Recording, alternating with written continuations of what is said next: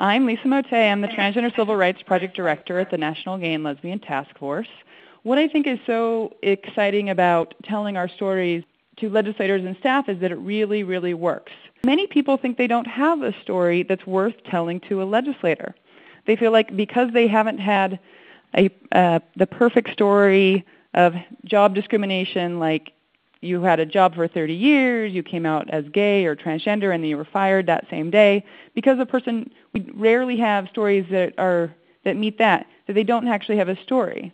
But when I talk to them further, I really do find that there was discrimination that happened to them.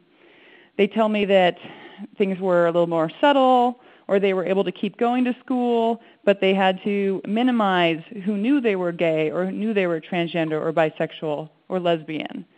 I also find that transgender people will delay their gender transition for years to avoid discrimination. So we really do have more stories than we often think. It's also totally okay to tell a story about a friend or a loved one. You can really use their stories and make it powerful by explaining to the legislator that your friend or loved one fears discrimination and didn't feel comfortable even coming to a lobby visit.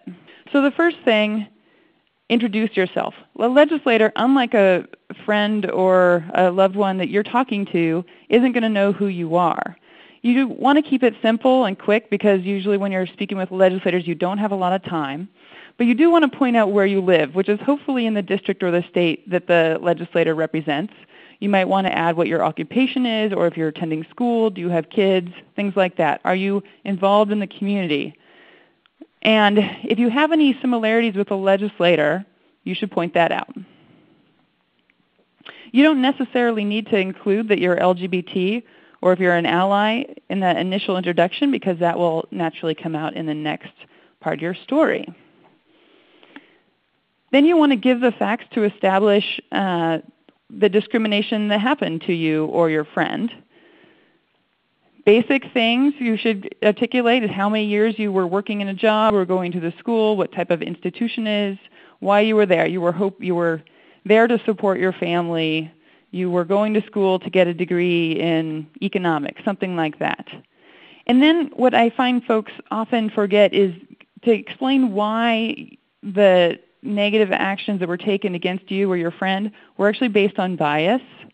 So you might want to include details like you had good performance reviews for a few years before you came out, and then that's when the adverse employment discrimination happened to you.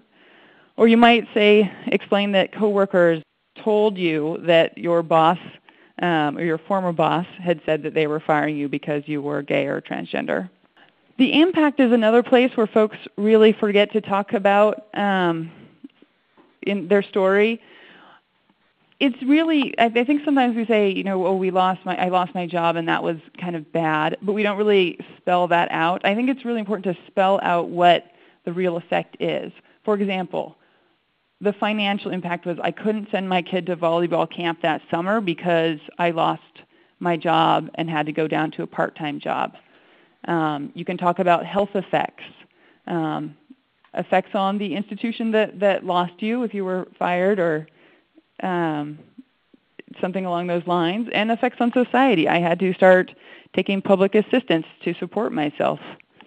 So being really specific about the impact on you, your family, and society is really important. The last part is how the law would make a difference. This might be that you would know that if your school or your employer, for example, discriminating against you, you could approach them and say, well, actually, it's illegal. Please work with me. Let's stop the harassment that's happening against me, or you should maybe reconsider your decision to fire me because it's actually illegal, etc. So there's a lot of different ways the law could make a difference in a person's life. And last, final tips. When you're talking to a legislator, it's always good to start with a thank you at the beginning of the meeting, and you always need to be polite no matter what goes on in the meeting. And after you tell your story, ask the legislator whether or not they support the bills you're there to lobby about. Say thank you at the end of the meeting, send a thank you note afterward, and then if you sense that they need more education on LGBT issues, set up another meeting. bring more people in to tell stories until you have that legislator fully supportive of LGBT rights.